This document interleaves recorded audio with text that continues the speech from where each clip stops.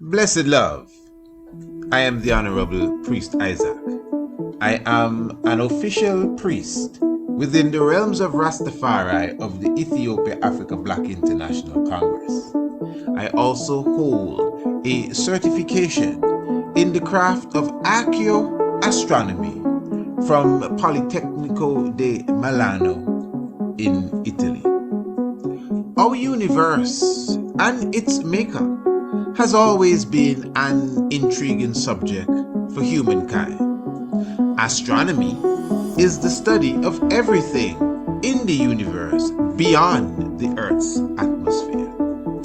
Ancient astronomy is similar, but pays special attention to the physical and spiritual values of stars, planets, moons, and other celestial objects. It also brings in the terrestrial component, being things on an earthly plane, such as plants, human organs, and connects them to the heavenly bodies.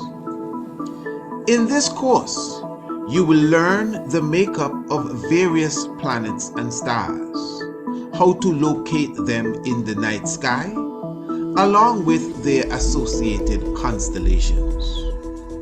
You will also be taught about the earliest civilizations known for their astronomical comprehension, namely Kush, also known as ancient Ethiopia, Kemet, called Egypt today, the Dogons, and the Bozos, as well as the civilization of Sumer. You will also learn about black holes, their nature and origin, as well as how the ancients viewed them. Ancient astronomy is the mother of archaeoastronomy and astrotheology. Both subject areas are covered by the Priest Isaac's Institute of Holistic Knowledge. Sign up today. Visit our website, priestisaacinstitute.com, or email us, priestisaacinstitute@gmail.com, for more information.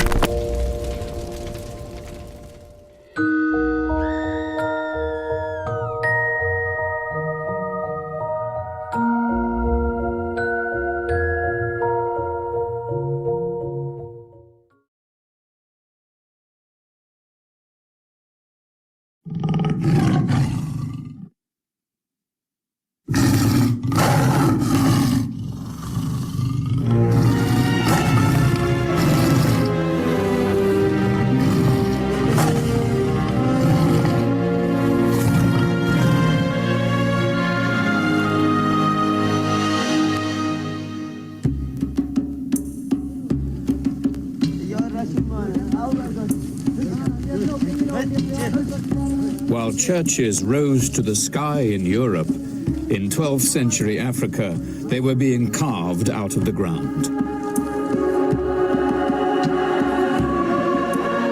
These Christian pilgrims in Ethiopia are on their way to worship at one of them. In these highlands, in the 12th century, Lalibela, a new king from a new dynasty, built a new holy capital.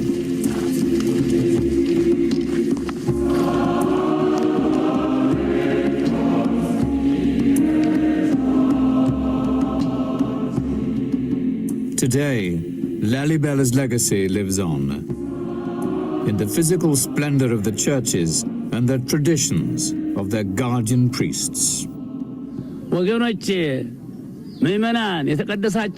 My blessed people and congregation, churches with no mud, no wood, and no cement.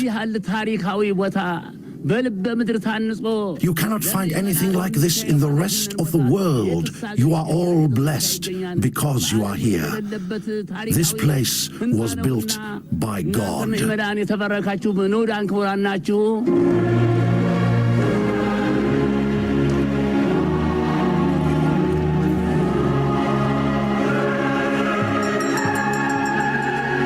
Every year on St. George's Day, pilgrims gather to celebrate a faith that has endured here for 16 centuries. These Christians claimed that God brought the Ark of the Covenant and the tablets of the Ten Commandments to their land. On holy days today, priests carry on their heads replicas of the tablets, wrapped in gilded cloth.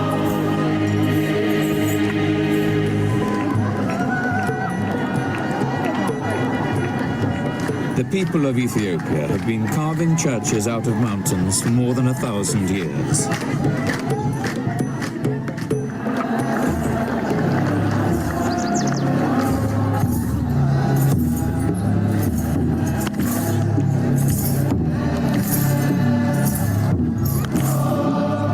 But the 11 churches of Lalibela symbolize their achievement to the outside world.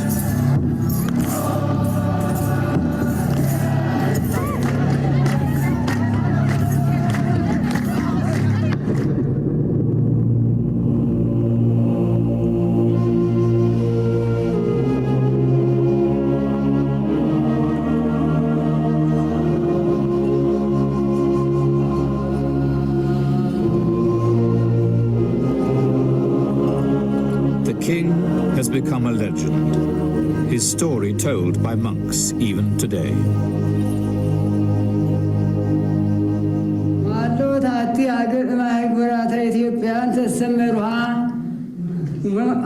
There was a city called Roha, where lived a man who belonged to one of the most noble of families, one of the richest in gold, silver, garments, precious stones, servants and maids.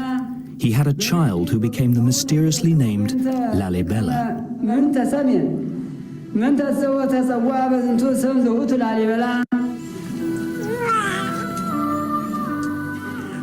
In the legend, the king's greatness was recognized at birth. A swarm of bees descended on his cot as if around honey.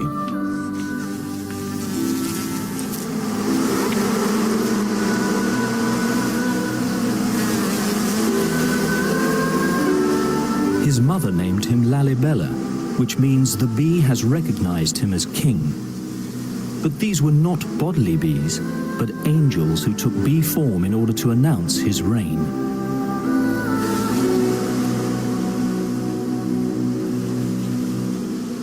God sent one of his angels to bring Lalibela to heaven, to show him the most holy of churches. Lalibela, the story goes, ordered tools to be made to carve temples like those he'd seen in heaven.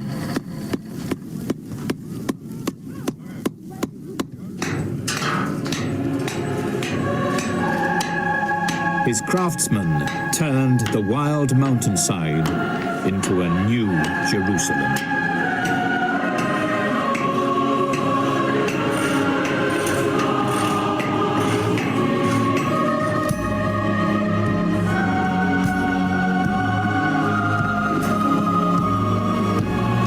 Took 24 years. To carve out the inside, the masons first had to tunnel into the structure through what would become an upper window.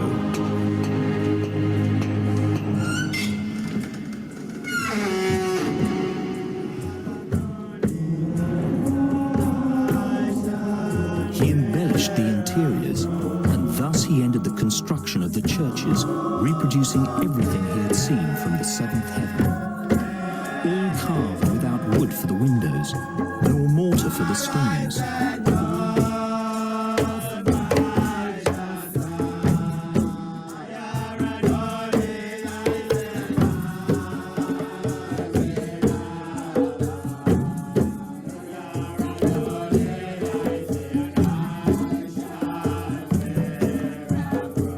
Yeah.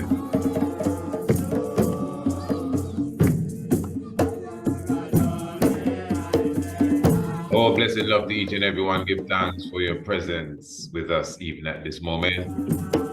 Of course, you know we glorify the life giver and the keeper of life, Adamawe Haile Selassie III. Give thanks to the Black Christ in flesh, the Honorable King Emmanuel Charles Edward.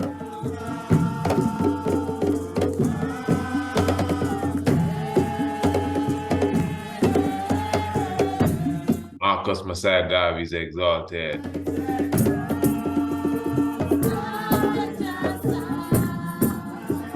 No time to argue with no one. The prophet, priest, and king is to be praised. You don't have to worry. We've been praising Mama Mega from day one. Hey, give thanks, royal family. This is the Tiger's Nest.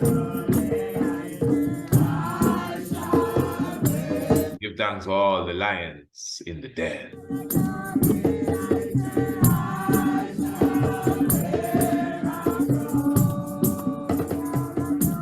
Of course, still keeping the energy of the celebration, and the crowns are intact. Kings and queens in the house.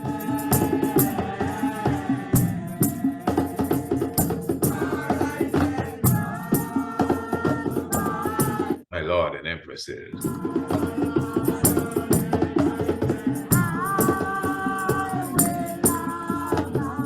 One of those special editions of the Tiger's Nest tonight. Hey, blessing the Radio Anu TV family on YouTube.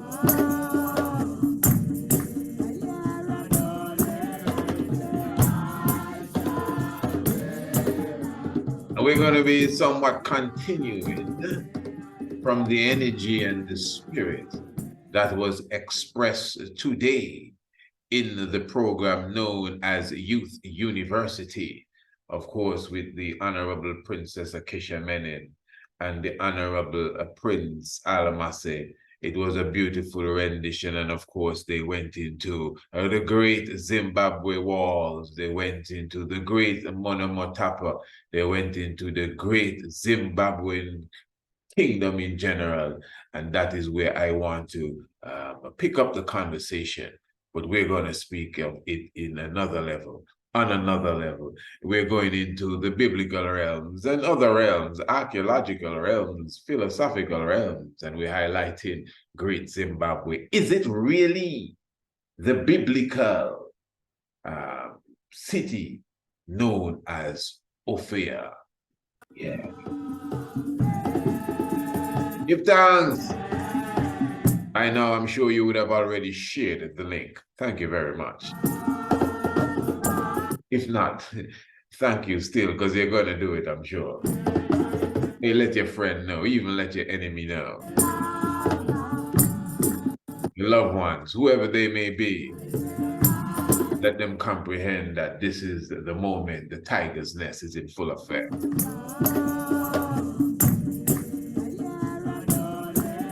For those of you who are watching, of course, yes, give thanks. It's been a while, the Tiger's Nest has not been on radio and on TV. Hey, just press the thumbs up for us, please. Hey, I mean, hey, if you don't do anything at all, just press the button.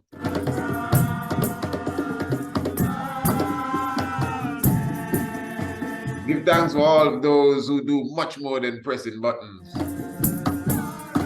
Thanks for all our Patreon, all the subscribers to the Tiger's Nest, all of those who are in our courses, our Ancient Astronomy courses, our homeschool courses. It's just a joy to, daily serve you with knowledge and information, I'm telling you.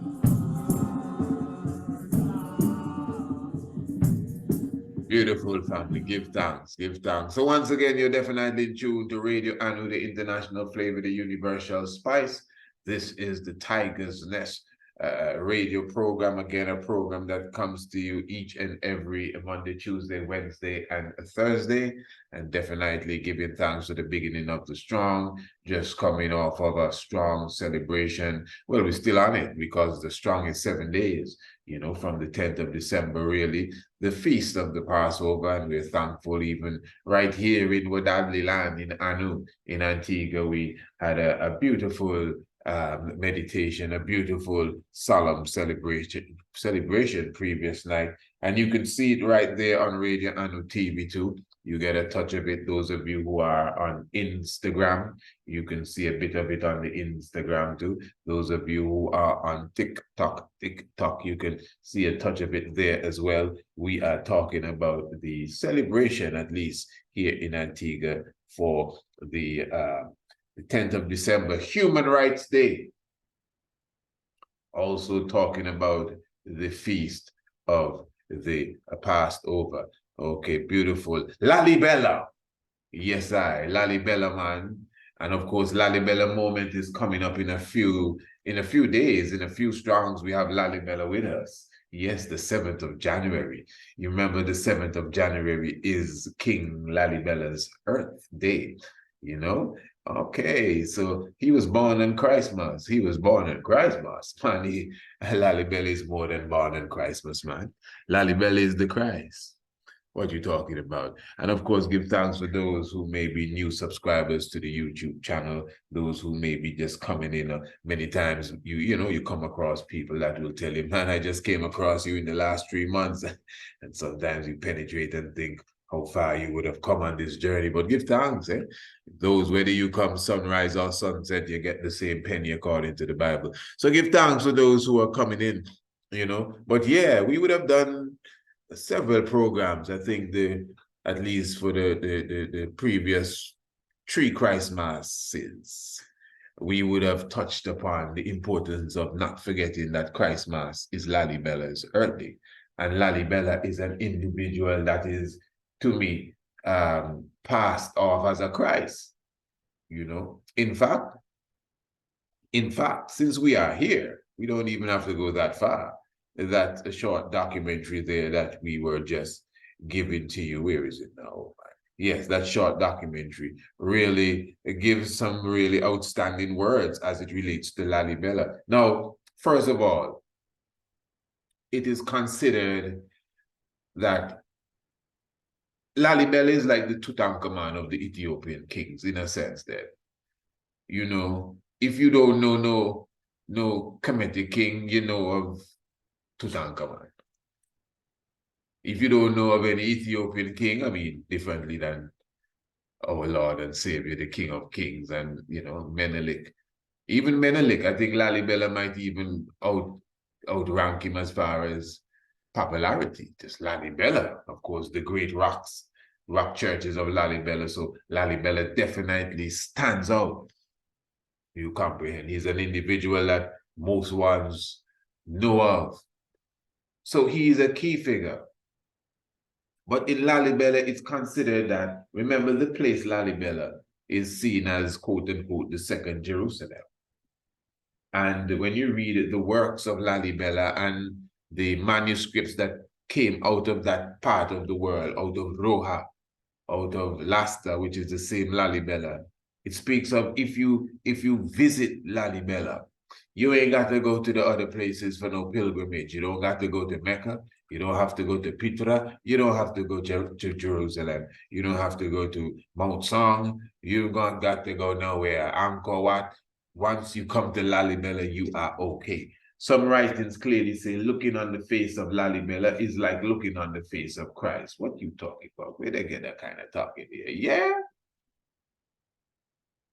Interesting stuff. Listen to this. Let me see. This is some important information here. Tops and kept the surrounding Muslims at bay. Listen to this. Lalibela set out to build a religious state, a spiritual center that would rival Jerusalem. His holy books put new words into the mouth of Christ himself. No, all of that, rival Jerusalem and all of that, that's the opinion of the narrator, right? I want to separate. He could be right, but that's just his idea. Now, what you're going to hear is someone reading and, of course, an interpreter. I just want you to be clear what you're listening to, but you're listening to the words of Lalibela himself now, being read by an Ethiopian priest and interpreted, or at least the interpretation being read by a CNN narrator as such. That's who did the documentary. So the point is, what you're going to hear now is Lalibela talking. That's the point.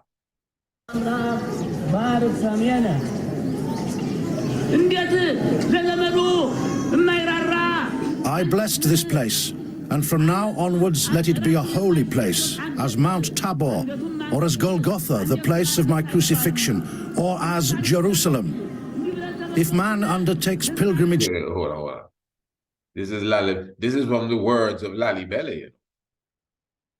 And he's saying, well, this place here that I just set up, this is the, this is the pad. I mean, you don't have to go to Jerusalem.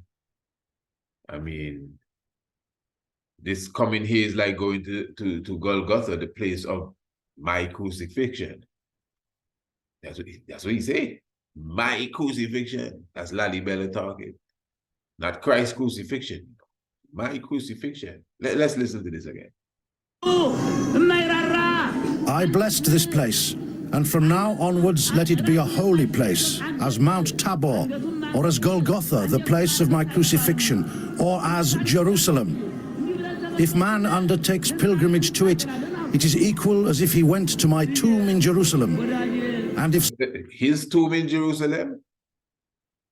His tomb in Jerusalem. Interesting stuff. Lalibela. I mean, Lalibela is no walk in the park. I mean, the rock churches. That's why I said Lalibela stands out.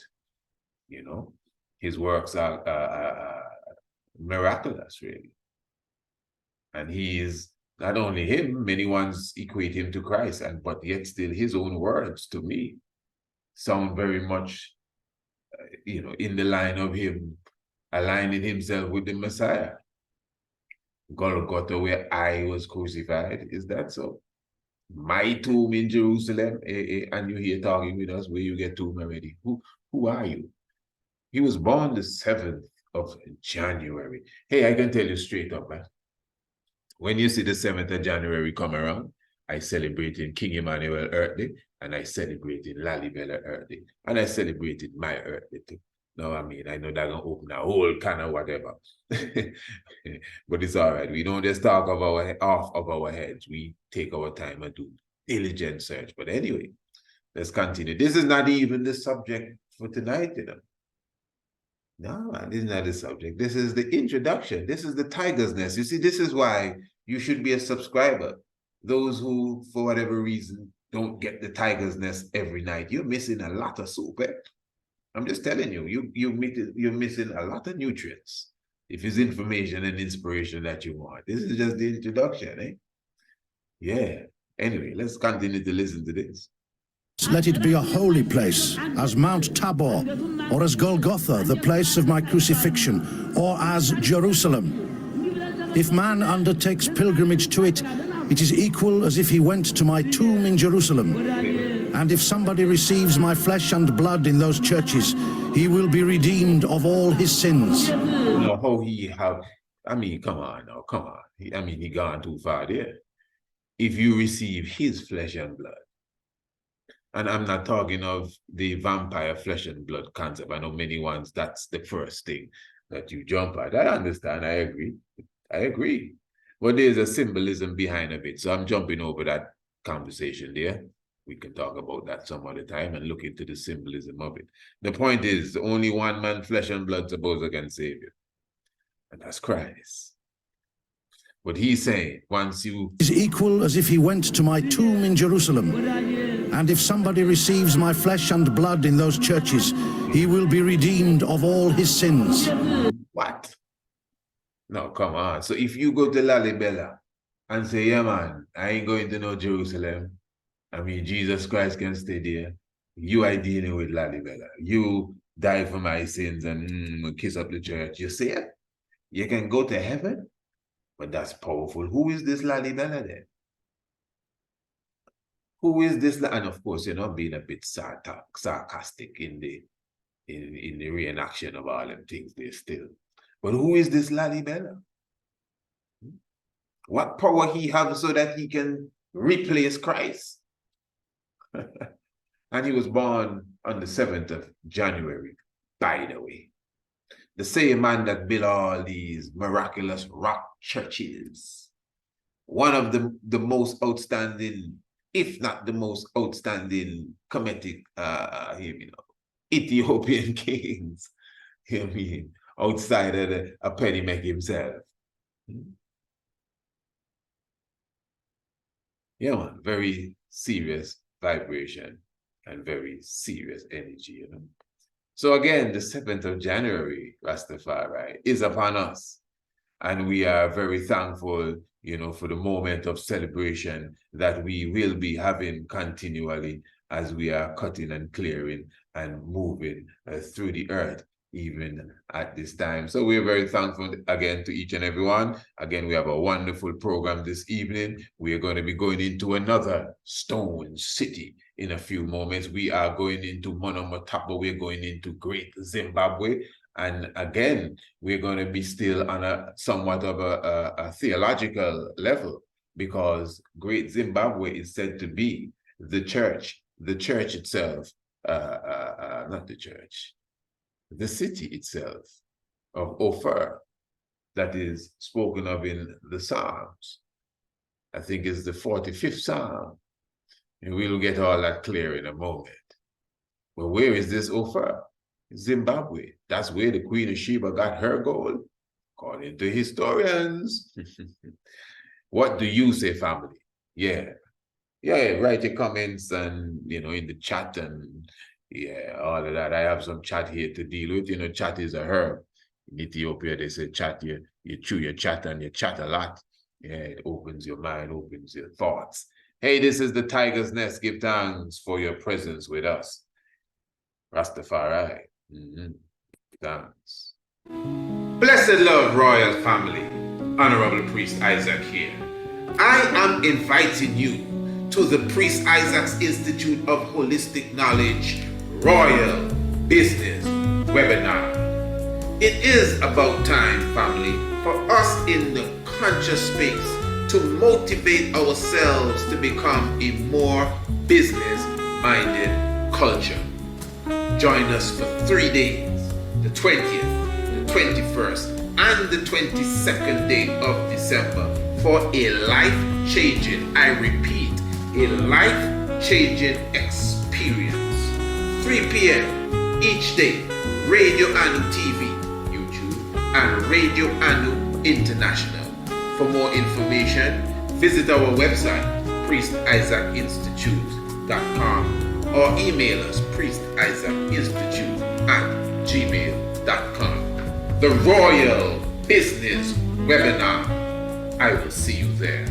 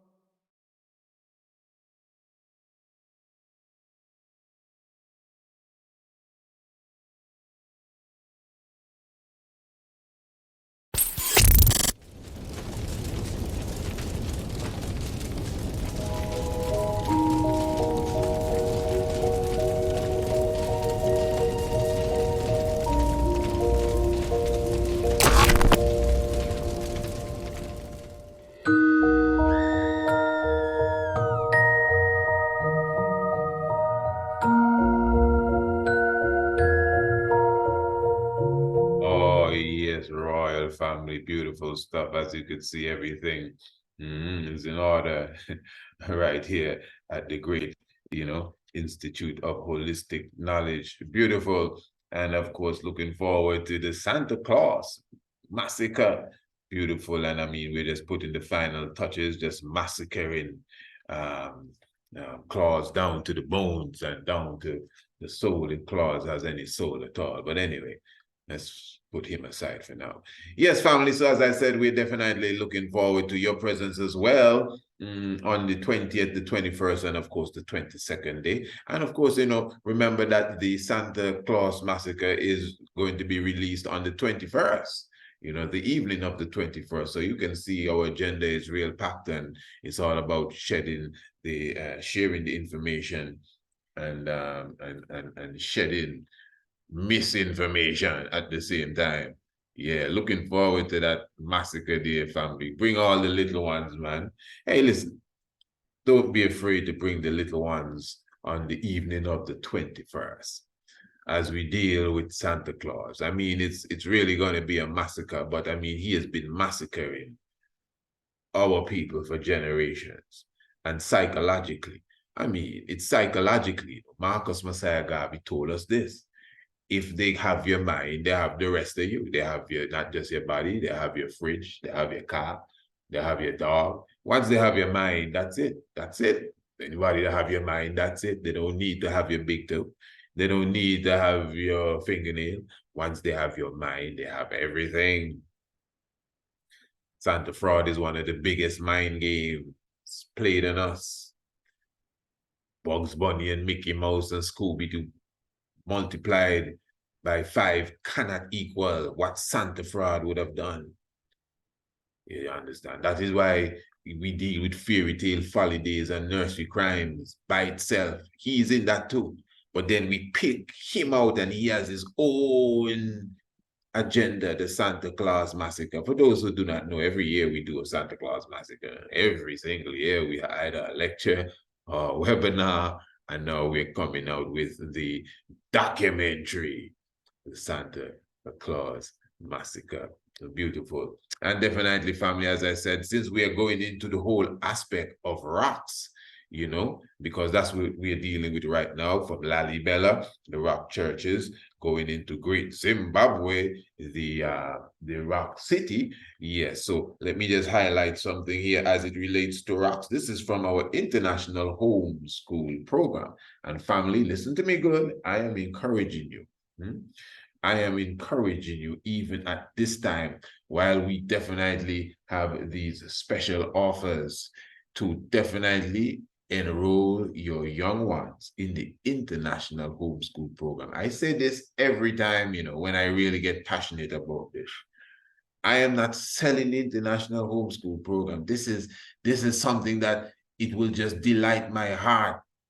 I think the international homeschool program, more than any program, is a program that we ourselves would, if you want to say, freely give.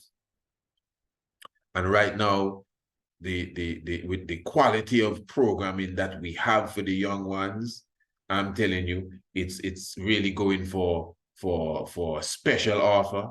I mean, family, this is very important. As I said earlier, that we are daily adding content to the international homeschool station.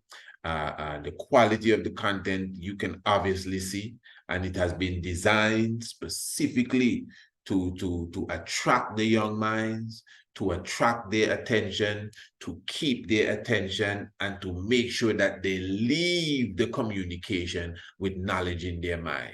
So we definitely, if you want to say, we pull out all the stops, from song, dance, colors, animation, everything, to make sure the toddler, the preteen, the teenager can definitely get something that will, increase their knowledge, without a doubt, work on their love and appreciation for Africa and Afrocentricity in general. That is one thing that you will see coming out of the international homeschool program, and an increased love for anything African, that is for sure. You have your little babies as a part of this international homeschool program. The first words they'll be saying is metamorphosis and photosynthesis. They'll be telling you about Europa and Ganymede, moons of Saturn and Jupiter and all sorts of things. That's what they will be telling you. That's the first conversation, you know.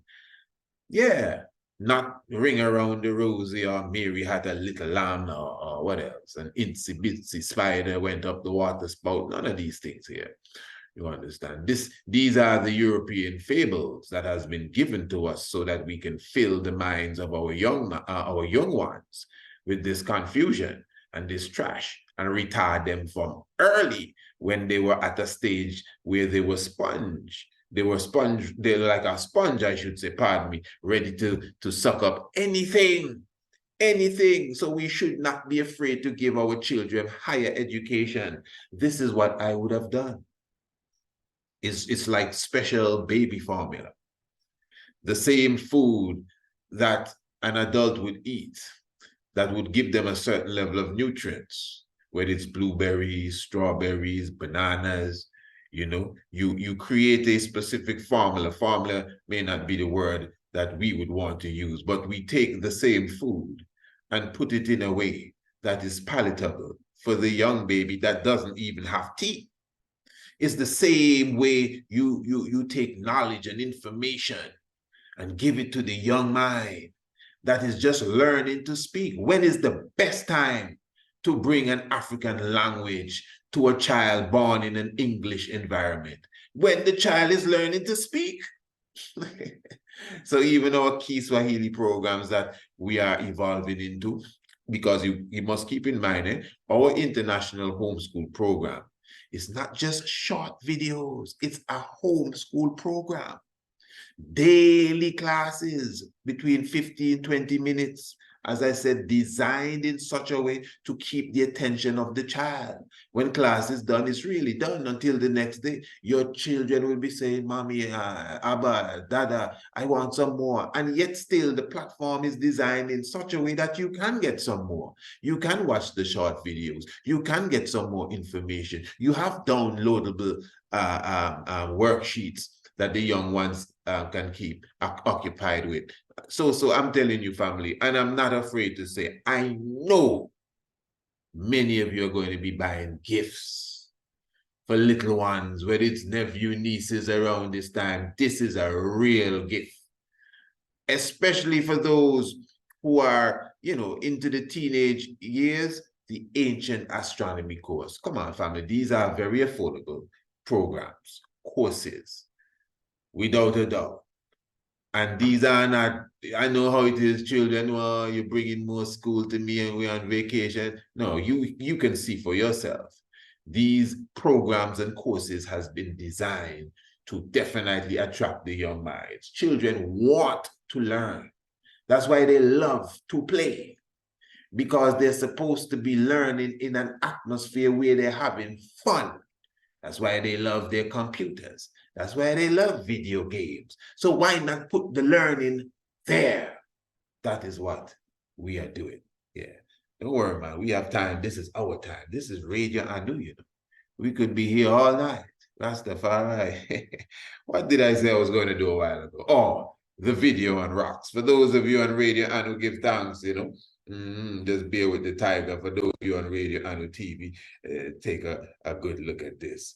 Beautiful. I'm sure by now you have the young ones. All right, let them watch this.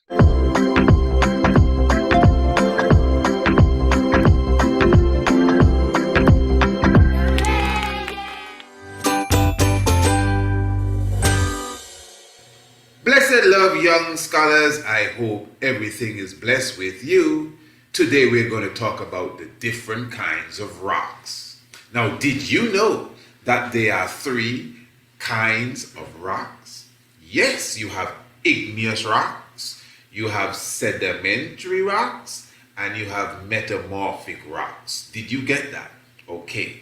Now, igneous rocks are formed when molten rock like magma or lava that comes out of a volcano cools and solidifies. That gives you igneous rocks. Then sedimentary rocks, they originate or they come from when particles settle out of water or air or by precipitation of minerals from water. They accumulate in layers. That's sedimentary rocks. Then metamorphic rocks result when existing rocks are changed by heat or by pressure or reactive fluids such as hot mineral-laden water. Most rocks are made of minerals containing silicon and oxygen, the most abundant elements in the Earth's crust. Now, here are some examples of igneous rocks. You have granite, basalt, and obsidian. Examples of sedimentary rocks are shale, chalk, and sandstone. And examples of metamorphic rocks are slate, jadeite, and marble rocks. And the reality, family, so we're going to have a conversation on rocks. And let me be clear here, those of us who are conscious, we're conscious, so we want to hear about the Zimbabwean city of stone and rocks and Lalibela stone and rocks. But all of what we just saw there in a 2 minutes video, how many of us have a good understanding of that knowledge there as it relates to rocks? So just imagine again the young ones, the little babies, studying their rock videos, and we have more videos touching upon rocks too. And of course, they get the information, they watch their videos over and over. Sometimes a child has a specific video that they like. They love the elephant video. They love the video on the tiger. They love the video on the orangutan. They like the videos on the whales because, children love animals. They love the video on the volcano, all of that stuff. So they watch it over and over again at their will. They will learn about the rocks. They will learn about the lava and the magma. They learn the different types, igneous, and they learn about shale. They'll be able to identify jade stone and all of these different rocks within a year, just because of the love that they have for the program and how it how they are attracted to it. So we know, the conscious ones, we're getting into a conversation about the Great Stone City. But have we gone through the basic understanding of rocks? This is why I always say, we have to take our scholarship to another level. We can't deal with our scholarship as if, we just, this debate scholarship really. It's like a debate scholarship we have, where we just argue and debate with one another about who have the truth and who don't have the truth. But then the reality is, how many of us understand the basic aspects of what we're dealing with? And again, we're going into the Great Stone City, Monomotapa, Great Zimbabwe. But how many of us understand the rudiments in general of stones? So I think we have skipped a few classes. What say you? Yes, that's my opinion there. But anyway, family, give thanks, and I must say, as we're speaking of the youths, give thanks for the young ones, Honorable Prince Almasi, Honorable Princess Akesha Menin, the Kiswahili programs, the graphics and the designs by the Honorable Prince as well. We're very thankful for that information coming forth. All right, very good. In the Psalms in the Bible, there's a psalm speaking of the great king. Many consider it's King Solomon. Some say King David. And in the psalm, it says that the queen sits at the right hand of the king, and she is wearing the gold, the gold from Ophir. Some say gold of Sheba from Ophir. Some say Sheba herself. But the same gold of Ophir is said to be in the historical world gold from Zimbabwe. So now Zimbabwe has joined the ranks of these African cities and countries that are identified as biblical landmarks. Let us read something here from Nova Online, and it is highlighting the lost tribes of Israel. What say I? The lost tribe of Israel. And it is Mystery of Great Zimbabwe. And this is an article by one Peter Tyson. And Peter says, the first whispered reports of a fabulous stone palace in the heart of southern Africa began dribbling into the coastal trading ports of Mozambique in the 16th century. In his 1552 Daisha, so that's a manuscript or book, the most complete chronicle of the Portuguese conquests, Joab de Barros wrote of a square fortress. Listen to this. A square fortress, masonry within and without, built of stones of marvelous size, and there appears to be no mortar joining them. Interesting.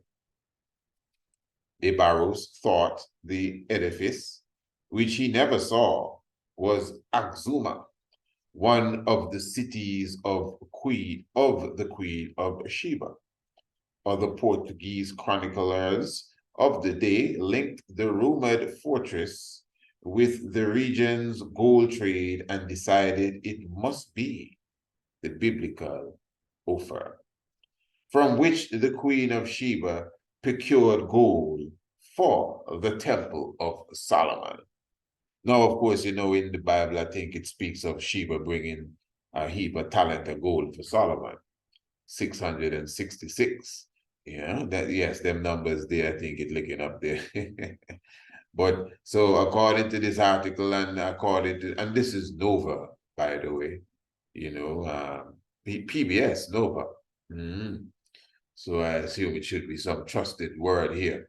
But of course, this is something that has been rumored for a long time about, you know, Zimbabwe being the land of Ophir, that the Queen of Sheba got her gold to build the Temple of Solomon. Let me continue to read. This notion persisted for centuries, right up until the monument's 19th century European discovery. And let me just say here, so as you could see, because when you make these claims, you know, sometimes you're looking for concrete evidence. And even though someone may not have proof, concrete evidence, it may be evidence, but not concrete. You may have, because evidence is not necessarily facts, you know. Yeah. Because when you have a court case, both sides will present their evidence. Yeah, but which one is the truth? So you're looking for concrete evidence according to what we're reading thus far.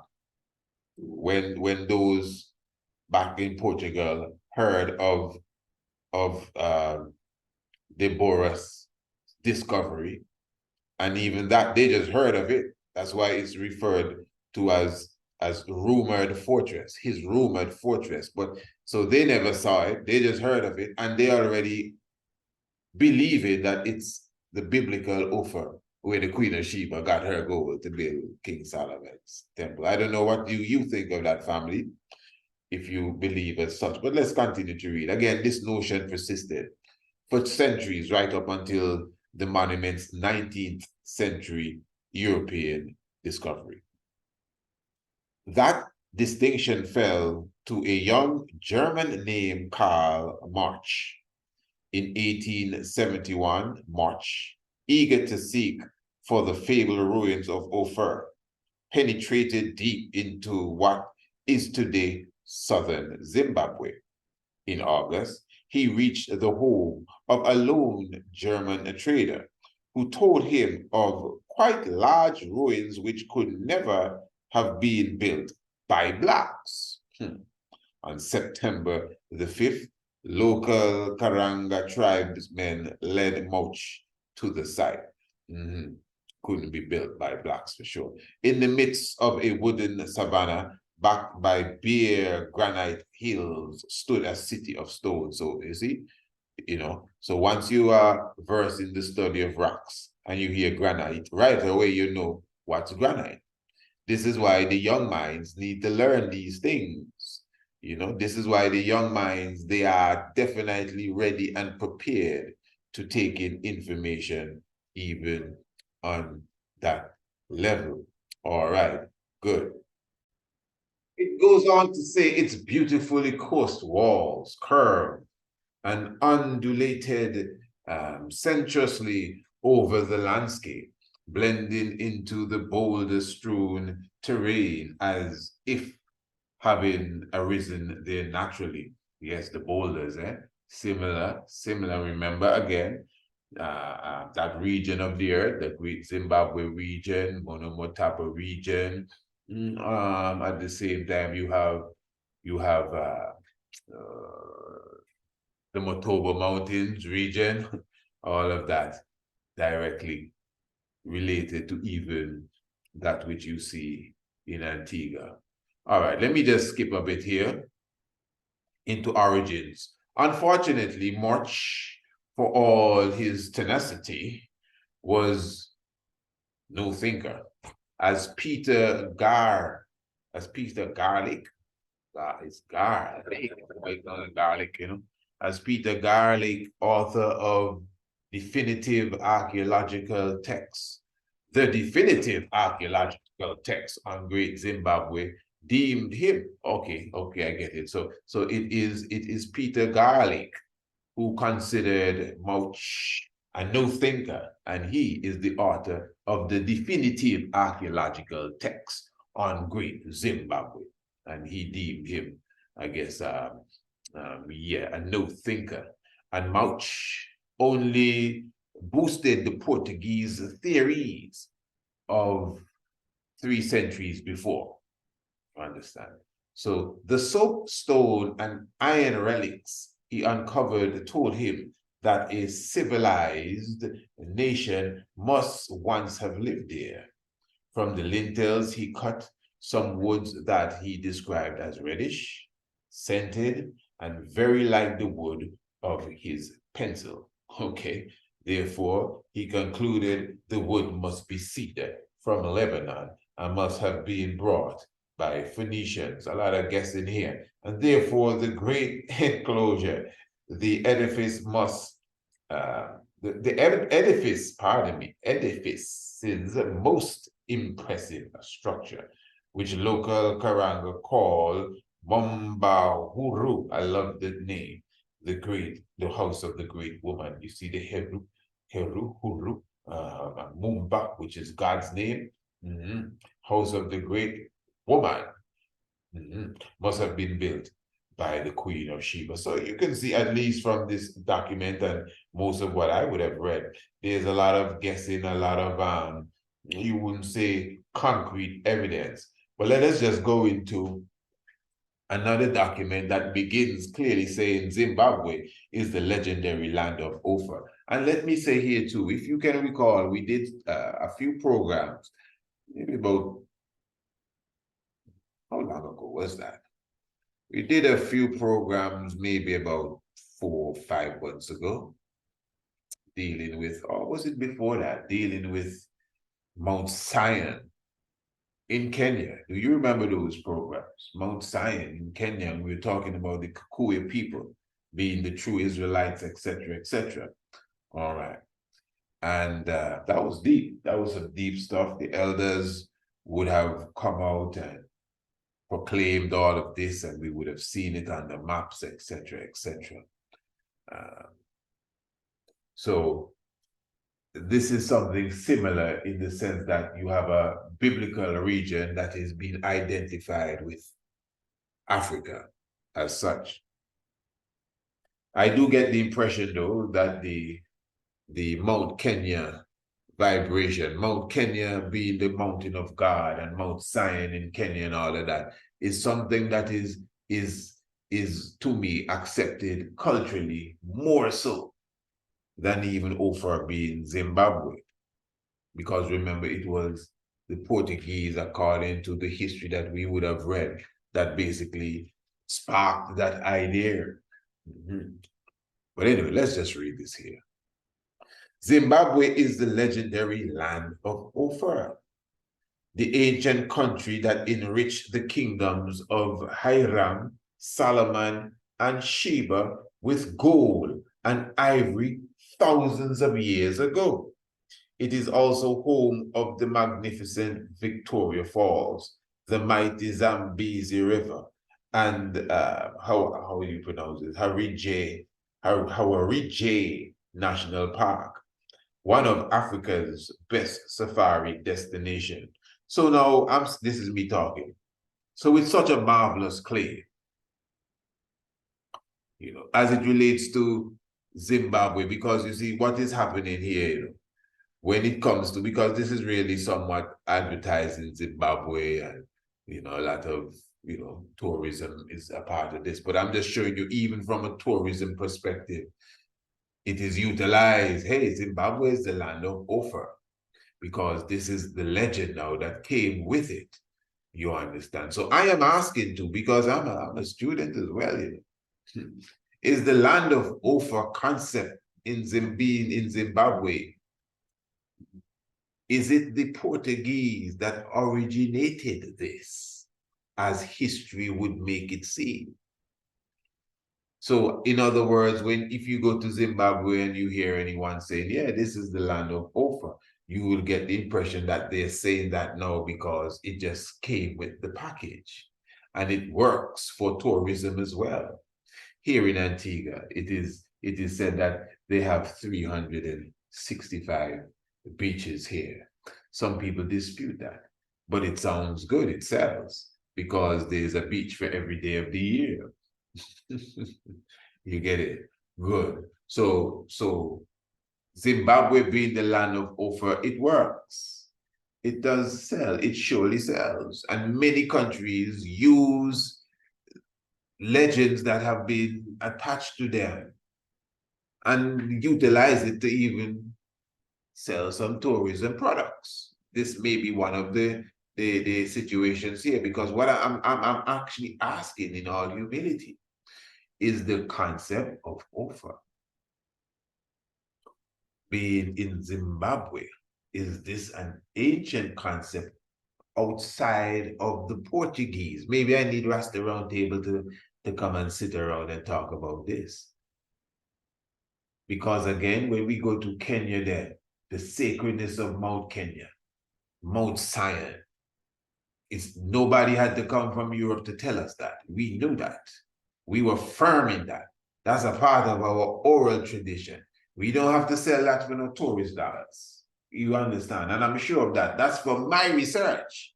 That's what I get from my personal research. I do my research and I get the impression that it is a part of the foundational culture, specifically of the Kikuyu people, that Kenya, Mount Zion, the mountain of God, not only mountain of God, that's where Moses went and got tablets and came down, Ark of the Covenant, a heap of vibes they believe in. Nobody had to come from France, Portugal, Denmark to tell them anything. That's my point. But from history, I just showed you there, not just from that article, not just from Nova, from myself. I mean, it's been a while now, at least 20 years, the first time I would have heard about Zimbabwe being Ophir. Them days I was on ZDK, them days I was seeking for knowledge. You understand? Archaeological evidence, anthropological evidence, I don't think I would have come across any. Of course, we have a lot of archaeological finds, which is the Great Zimbabwean Wars. But maybe I'm not reading the right book. Somebody could lead me in the right direction. I'm not I'm not too pompous that I cannot learn something new that I don't know. So if I'm missing something here, I wish someone would show me where we have evidence and proof that Zimbabwe is the city of Ophir that is mentioned in the Bible. That's all. It could be. I'm not doubting it for sure. You know, I don't have no bet to lose. I don't have no bet to win. If it is, I'll be happy that I figured that out for sure. But as far as my knowledge takes me, I see it from the origin of the Portuguese, who believe that it just happened to fit the description of Ophir, wherever they got that description from. And there we go. And if there's any light of it now today utilized by our people, it's coming from that. And it's utilized, I mean, just to add to the flavor of the country. That's the impression I'm getting. But I'm not afraid to say, well, if it's more to it, well, I'm willing to learn. And I'm sure those in the chat and those in the comments and those who always comment will put their comment in the comment and explain their knowledge of the situation. But you know, for example, in Ethiopia, it is the Ethiopian culture that they have the Ark of the Covenant. Nobody, Indiana Jones, didn't have to come and tell them that. They know that. It is their culture that the Solomonic lineage is there. No one had to come and say they discovered it. Man come and say they discovered the book of Enoch and steal it and run away with it. So the point is that these are cultures that we already accepted. These are, if it's legend, we make up the legend then. Nobody brought it in and we say, hey, that sounds good, man. We will use that. No. So that is what I'm saying. I'm just looking at it analytically, you know. We're not dogmatic here. We're not stiff-necked. We're not romantic about Africa that we try to add everything to make it look good. We don't want nothing that's not the truth around us. Yeah, we don't need to pretty it up more than how pretty it is. The truth is suffice. It's sufficient. Nothing needs to be added. That's why even with the glory of Haile Selassie, I always tell brothers, man, you don't have to add nothing to the glory of the king. Because at the end of the day, when you add on extra, you're going to muddy up the water. And then, of course, you're going to actually maybe even, you know, as they say, one bad apple spoil the whole bunch. And we don't want to do that. Yes, so family, give thanks, you know. As I was saying earlier, it is important even at this time for our young minds, our young children. I'm encouraging everyone to take advantage of the opportunities that the Institute has opened, where you definitely can get the international homeschool program at this moment for a more economical price, definitely, and it will be there for some time for sure. Yes, but I'm encouraging ones also to enroll in the Ancient Astronomy course, even for the young ones, as it has to do with the building of their minds and giving them a good understanding of what is going on in the astronomical world. Because family, as you know, I just prepared a document, Preserve the Generations to Come. How many of you would have read that document, Preserve the Generations to Come, which I would have presented to this government here in Antigua? And really the document outlines how we could infiltrate, I would use that term, because it's war, but I didn't use the term in the document, the educational system, and move a few things aside and fit in our Afrocentric program to bring a betterment, a better standard for the generations to come. People argue and complain, oh, the children too rude. Which children rude? Or the youths of them getting violent. Well, that may be true, but that don't mean they're rude. You may be surprised with what I'm saying. My point is, brothers and sisters, education is really the key. You understand? And this is why you have to get into the mind of the child while they're young. Remember, the Bible says, teach the child the way that he or she shall grow. And when they grow old, they won't depart from it. And some people say, well, that's not true. I know plenty of people that get taught the truth and they depart from it. No. They have not departed from it. They remember it. They never forget it. All the badness they're doing, they remember the teachings they got from their mother. That's why many people, even in old age, they come back around. They remember the teachings they got from their father. So once you give them the best you can give them, no, don't even mind if it looks like they're drifting off, because their compass already set. Their homing device set for home. And something will make them catch themselves. It's like the prodigal son, they will come back. I'm telling you, once you put the knowledge into them, the right information, start from early. Do not leave them to the TV. Do not leave them to the computer. Do not leave them to the devices. Don't even leave them to their friends. You cannot trust or depend upon them schools that you're sending them to. This is my point. So you got to do as much as you can do. When they come home, you got to debrief them. Spend time with them, watch documentaries with them, read with them. I'm telling you, I understand you busy too, have to go to work, come back here and do all of that, but it's something, it's a sacrifice. And this is why I am showing you, family, that me, Priest Isaac, I am willing to help you. This is from my heart. Our homeschool program is years I've been working on it for that reason. So that I have an efficient program I can give to any household and say, yeah, just press a button today and watch this. You know, you can wash the dishes, you can go and come and they won't move because of the interaction that they will be getting. So I'm encouraging you, family, yeah, come on. For the love of our children. Here's one thing you notice, you know, there is no product that I have that I quote unquote sell with such passion like the International Homeschool Program. And I will tell you, out of all the products I have, it's one product I don't feel like I'm trying to sell at all. This is from the heart. I wish everyone would take one of these programs, Master. For the little ones, at least I know I would feel secure that, yeah, that family there, I would have assisted even in a little way towards their evolution. Yeah, man, the program is designed, man. And listen, this price thing, you shouldn't worry about price. You know, this is why I'm inviting everyone to come to the business webinar. You know, you have to invest in yourself first. $199. I mean, come on, family. You see, and as a business person, this is one thing you will learn from me. The product that you have must exceed the price. Because you see, you can't go into business, you can't go into sales unless you have a certain level of confidence. And if you have a product that you know too expensive, you're not going to be confident. So whatever I produce as a product, I take my time and I evaluate the price. And when I come to the real price, I cut the price in half. And then I play with it from there. Sometimes it goes less, sometimes it's on sale, but it never goes beyond a half. So believe me, if I sell you a product for $200, believe me, sometimes it's worth $600. And that is why I don't feel no way, I'm not shaking. I tell you, yeah, it's $199. That's not no money compared to what you get in.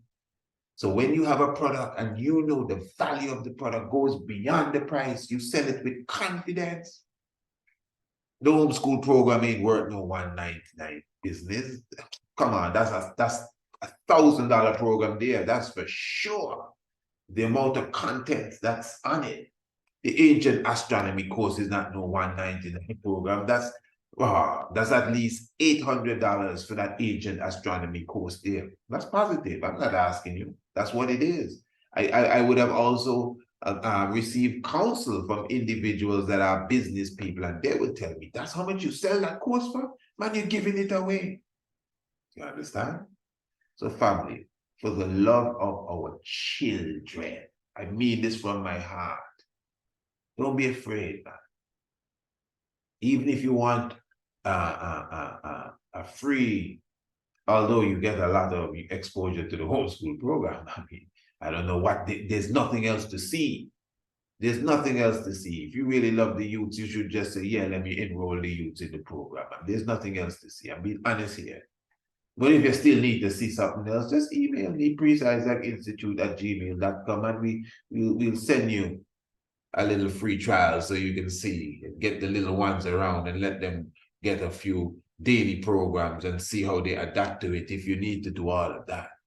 But we would have shown that from time to time. You just saw one of the hundreds of clips that we have available that your child can go and press the button themselves and watch what they want. And that is not even the daily course.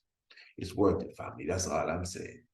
And I would feel good when I hear, hey, somebody took an astronomy course. How much astronomy course we sold today? Whether it be 3, 4, whatever, give thanks, you know.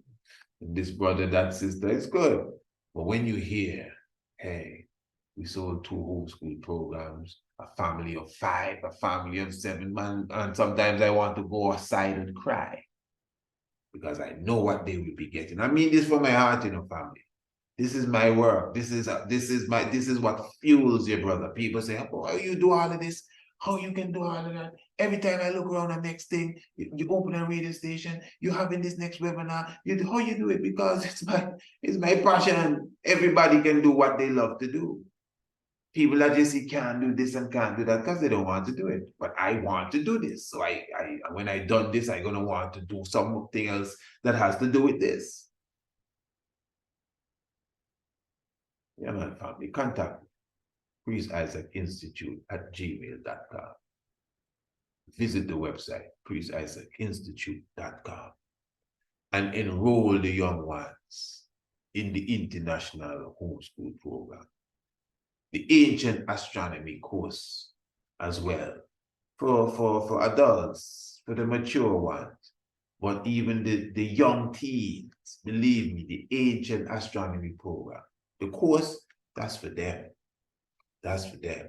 I wouldn't give it to the babies yet. We have astronomy in the homeschool program. That's what I'm saying. We have astronomy in the homeschool program for them. Let's leave it at that for the moment. Hey, family, I give thanks that you were patient enough to even hear the word sounds, you know, and give thanks for your presence with us. And give thanks for those on YouTube. Yeah, man, give thanks for being with us. And listen, the Tiger's Nest radio program is a radio annual program. So you got to come over to Radio Anno, 7 p.m. Eastern Caribbean time every evening for the Tiger's Nest. If you can't make it, all you have to do is subscribe. It's a simple thing. Just email me and say, I would like to be a subscriber to the Tiger's Nest radio program. Yeah, so said and so done. As simple as that. Rastafari. Blessed love, royal family. Honorable Priest Isaac here. I am inviting you to the Priest Isaac's Institute of Holistic Knowledge Royal Business Webinar. It is about time, family, for us in the conscious space to motivate ourselves to become a more business-minded culture. Join us for 3 days, the 20th, the 21st, and the 22nd day of December for a life-changing, I repeat, a life-changing experience. 3 p.m. each day, Radio Anu TV, YouTube, and Radio Anu International.